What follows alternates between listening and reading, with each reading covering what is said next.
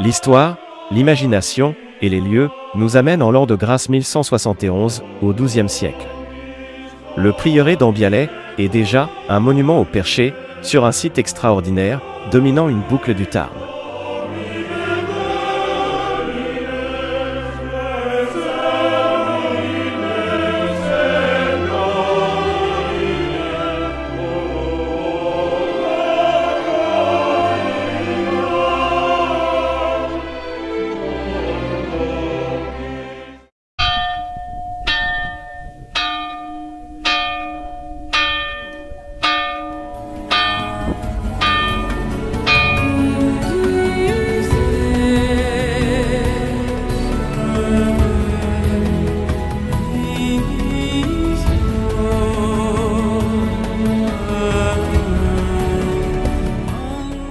Voici donc Roger de Trincavel et son épouse, Adélaïde, fille de Raymond V, comte de Toulouse, accompagné d'un templier de l'ordre de Jérusalem.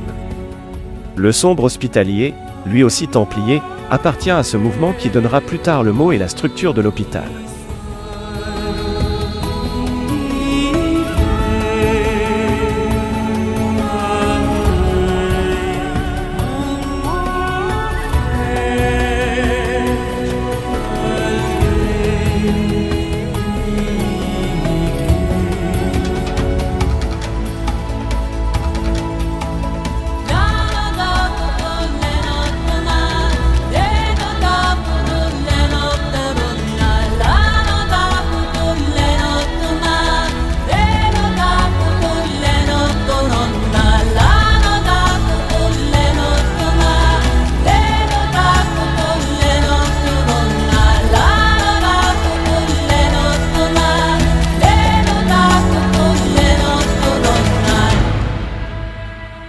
Bonjour, donc oui, bien sûr, Mato Grosso, ça me parle puisque l'association Mato Grosso, elle est issue de ces pères franciscains qui, en 1905, séparation de l'Église et de l'État, et ces pères franciscains présents ici au prieuré d'Ambialet vont partir dans cette région du Brésil qui s'appelle le Mato Grosso, c'est juste en dessous de l'Amazonie, et ils vont porter la religion catholique, mais ils vont aussi mettre en place des écoles, des hôpitaux, ils vont vivre avec les populations, et depuis il y aura toujours des échanges en fait entre la France, notamment le prieuré d'Ambialet, et le Mato Grosso.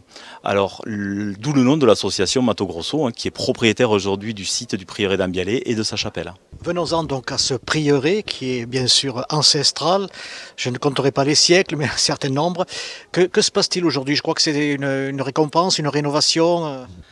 Alors aujourd'hui, on va surtout parler de travaux qui sont réalisés sur la chapelle, puisqu'on a lancé une grosse tranche de travaux en 2015 pour remettre à niveau un petit peu la chapelle, tant au niveau des toitures, de la couverture des toitures, qu'au niveau de l'aménagement intérieur, au niveau de l'accueil du public, pour faire en sorte qu'on soit sur un lieu de vie où il puisse y avoir des balades, des visites, mais aussi des offices religieux, où la chapelle doit être ouverte tous les jours de l'année. Voilà. Elle va être ouverte tous les jours de l'année. D'ici très peu de temps, elle sera ouverte 365 jours par an. Et là, il y a un bâtiment qui paraît fermé et grandiose. Est-ce que peut-être c'est pour faire des retraites ou bien c'est privé? Quelques mots? Alors le prieuré, c'est comme la chapelle en fait, il est privé, il appartient à l'association Mato Grosso, et donc ce prieuré, il a eu diverses affectations en fonction des siècles. Assez proche de nous, donc au 19e, c'était ce père Clausade, ce père qui remonte l'ordre des franciscains, ici dans le midi de la France, qui rachète le site et qui mettra en place un noviciat de franciscains. Donc c'est des religieux franciscains qui seront ici.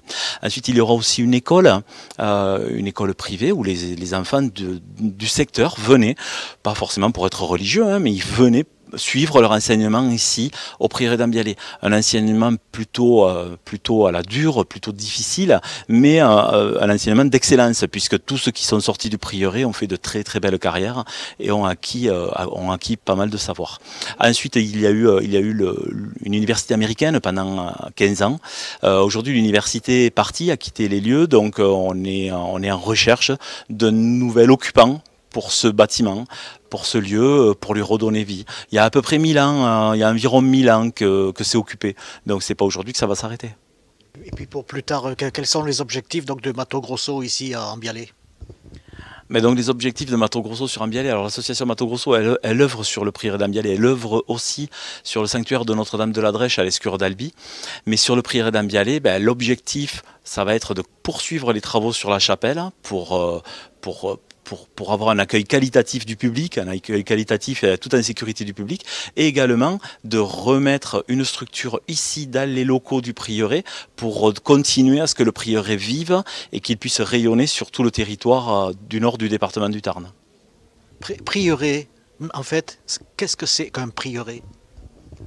Alors on l'appelle prieuré d'Ambialé parce que au départ sa première vocation c'était un prieuré, donc c'était un lieu où il y avait des moines. On a les bénédictins qui sont restés ici pendant environ 5 siècles. Après il y a eu les périodes troubles de la Révolution française où le bâtiment en sort avec un très très mauvais état. Et ensuite donc il y a les franciscains qui restent ici pendant environ 150 ans pour occuper le site.